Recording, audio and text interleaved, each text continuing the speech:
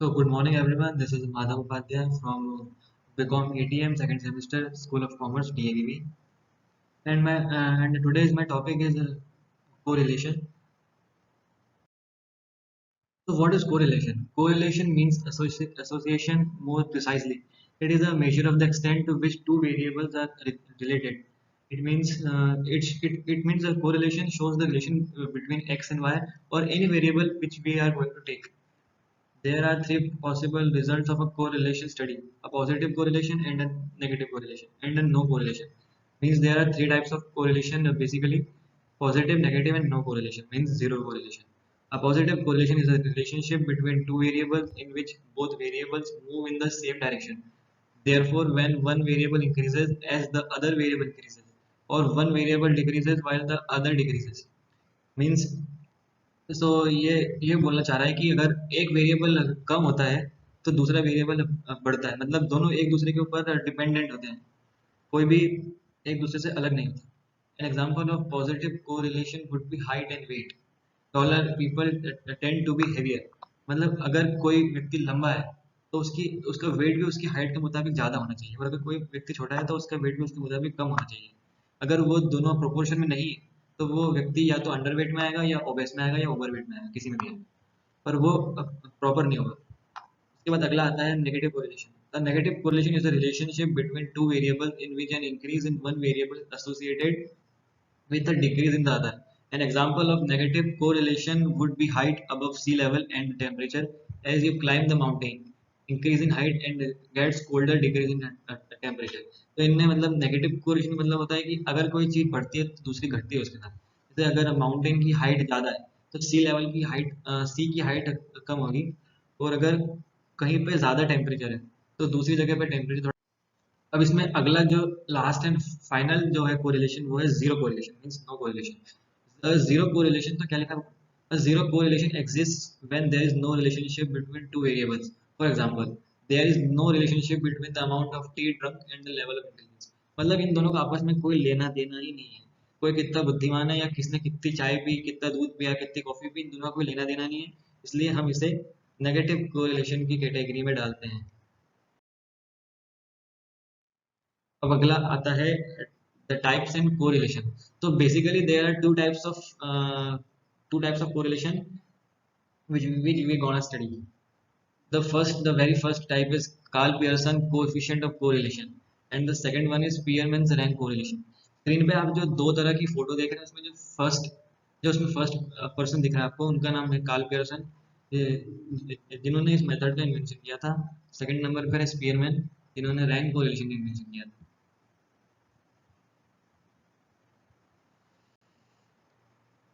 So the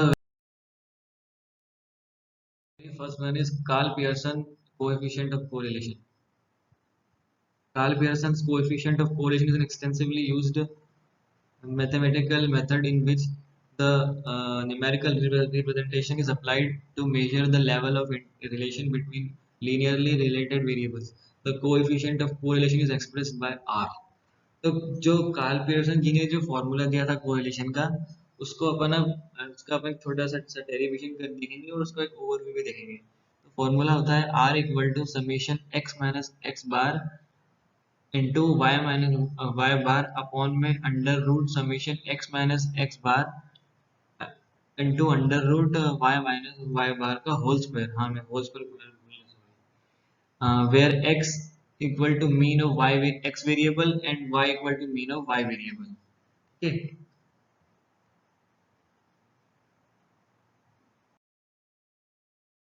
Guys, अब हमें कुछ छोटा सा क्वेश्चन देख लेते हैं Karl Pearson coefficient of correlation का। तो क्वेश्चन है, calculate coefficient of correlation between the marks obtained by 10 students in accounts and statistics. तो अकाउंट्स में जो वैल्यूज दिख रखी है वो है 45, 70, 65, 30, 90, 40, 50, 75, 85, 60। और स्टेट्स की वैल्यू 35, 90, 70, 40, 95, 40, 60, 80, 80 और फिर वापस से 50। तो इसमें हम अकाउंट्स की वैल्यूज को x और स्टेट्स की वैल्यूज को y डिनोट करेंगे, ठीक है।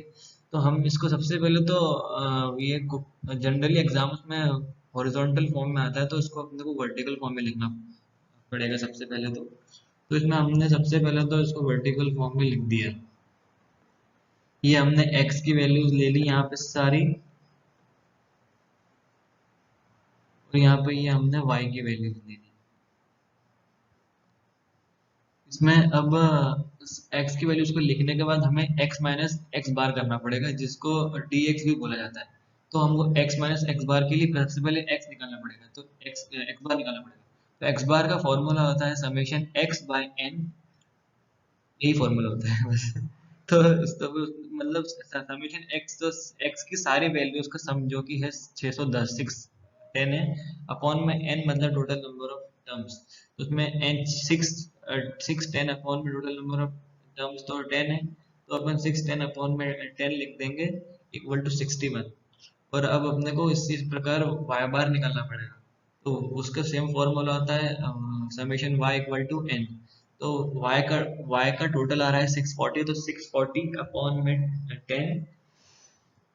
हाँ, तो 640 अपॉन में 10, तो 0 0 कट जाएंगे, 64 बचेगा, तो ये y बार आ गया।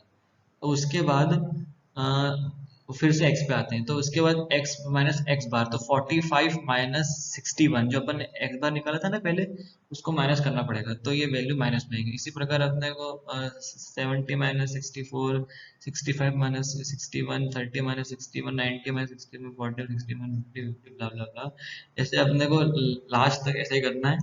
उसके बाद फिर इसका होल स्क्वायर करना है, मतलब इसको स्क्वायर करना है। जो dx निकाला था पहले उसको डी स्क्वायर एक्स करेंगे उसको, तो 256 आएगा, 81 16 961 841 441 121, इसे इन सबका स्क्वायर निकालना पड़ेगा।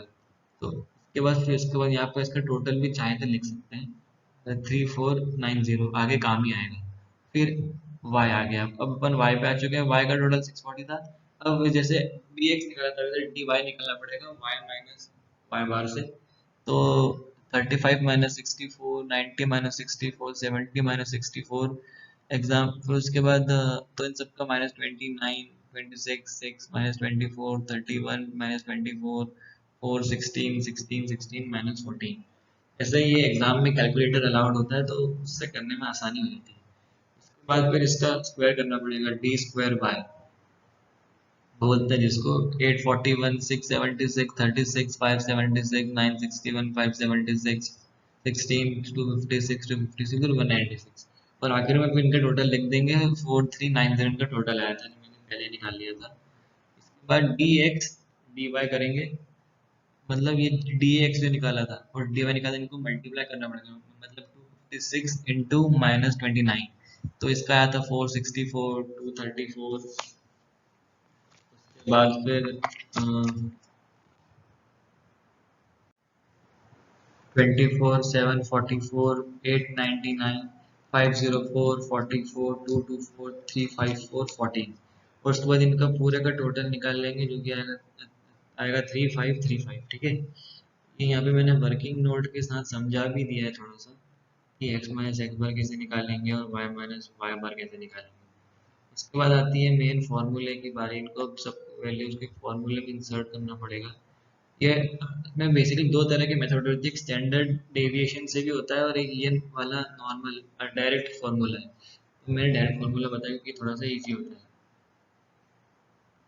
तो फार्मूला है r equal to summation d x into d y upon में अंडर रूट के अंदर summation d square x into d square y. ये फॉर्मूले को तो याद ही करना पड़ता है, इसको याद करने का और कोई तरीका नहीं, इसको रटना ही पड़ता है। तो अपन ने जो डी एक्स डी वाई निकाला था यहाँ पे 3535, उसको यहाँ पे सीधे लिख देना है डायरेक्टली।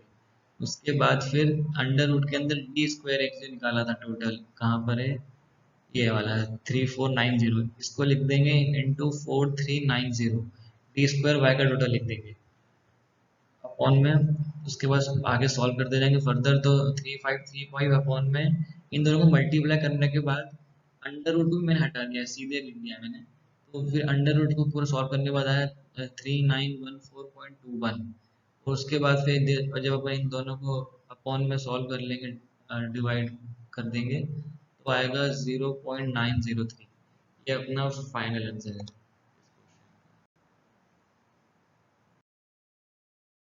तो गाइस हमने अभी पहले के वीडियो में एक मेथड तो सीख ली। अगली मेथड की बारी है जो कि है स्पीयरमैन्स रैंक कोरिलेशन। ये भी एक बहुत इंपॉर्टेंट मेथड है, एग्जाम में आने लायक है और आती भी है अक्सर। तो तब समझते हैं कि स्पीयरमैन रैंक कोरिलेशन क्या होता है। स्पीयरमैन्स rank correlation measure the strength and direction of association between two rank variable. The formula for स्पीयरमैन्स rank coefficient is p equal to 1 minus 6 summation d I square upon में n square minus 1। तो पहले तो समझते हैं कि rank इस पे में रैंक पोजीशन क्या है। तो ये मेजर करता है strength and direction of association between two rank. मतलब जैसे कि इसमें रैंक वन और रैंक टू होती है, तो एक रैंक के होने से दूसरे रैंक में क्या असर आता है, मतलब उनमें कितनी स्ट्रेंथ है कि मतलब किस डायरेक्शन में मूव करती है, किस फॉर्म में, वो स्पेयरमैन रैंक कोरिलेशन वाली मेथड बताती है। अब इसमें समझते हैं कि जो वेरिएबल्स लिखे हैं सारे, इनका मतलब क्या है। तो p मतलब p equal to Spearman rank position coefficient, मतलब ये तो जो मेन वेरिएबल होता है वो है। उसके बाद टी आई मतलब जो होता है वो एक्स और वाई जो रहता है, मतलब आर वन को अपन एक्स मान लेते हैं, आर टू को वाई मान लेते हैं। तो मतलब उन दोनों के बीच का जो डिफरेंस होता है उसको टी आई असाइन कर दिया मैंने अभी के लिए। और उसके बाद अपॉन में एन मतलब नंबर ऑफ टर्म्स, जो नंबर ऑफ ऑब्जर्वेशन होते हैं वही। तो ये एन हो गया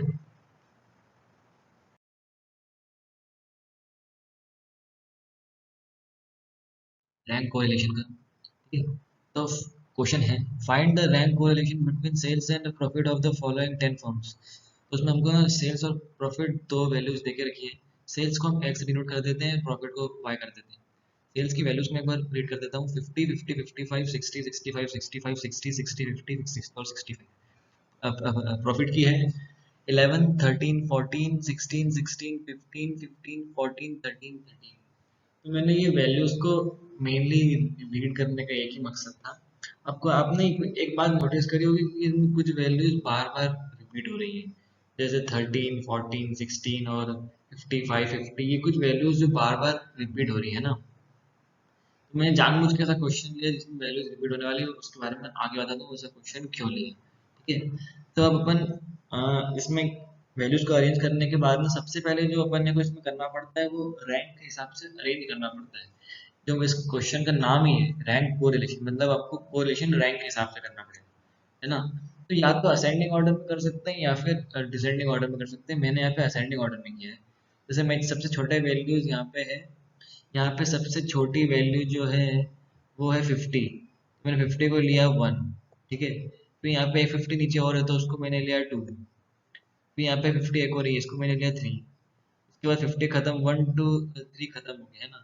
उसके बाद फिर इसके बाद 1 2 3, जैसे इसमें मतलब वो क्वेश्चन जिनमें वैल्यू रिपीट होती है ना, उसमें जो भी उनकी रैंक असाइन हुई है उनको उसको प्लस करते हैं और अपॉन में total number of n number of terms लिखनी पड़ती है। जैसे मैं 1 2 3 था तो ये मैंने यहाँ पे लिखा है वर्किंग नोट में, 1 प्लस 2 प्लस 3 अपॉन में 3। तो 3 मतलब एन नंबर ऑफ टर्म, जितनी ऊपर टर्म से उतनी वैल्यूज लिखनी पड़ती है। तो 1 2 प्लस 3, तो इसमें 6 प्लस अपॉन 3 इक्वल टू 2, ये कट पिट के आ गया। तो इसमें अब जो 2 आएगा ना उसके बाद अपन बाद में करते हैं, इसको भी यही छोड़ते हैं। उसके बाद 50 का खत्म हुआ, 55 में 55 को अपन ने फिर 3 के बाद 4 से स्टार्ट करना है। ठीक है। तो ये 4, ये उसके बाद 5 ले लेंगे अगले को, उसके बाद फिर उसके बाद 60 55 खत्म हुआ, 60 6 7 8, उसके बाद फिर 65 देखो तो 60 ना 60 भी हो रहा है रिपीट। तो 60 को क्या मिला है, 8 9 और 10, है ना।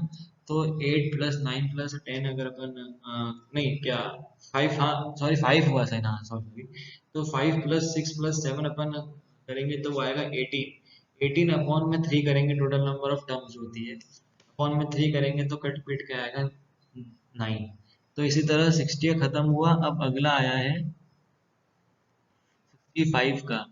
65 को मिला है 9 10 और 11, नहीं 8 9 और 10 मिला है ना, हाँ।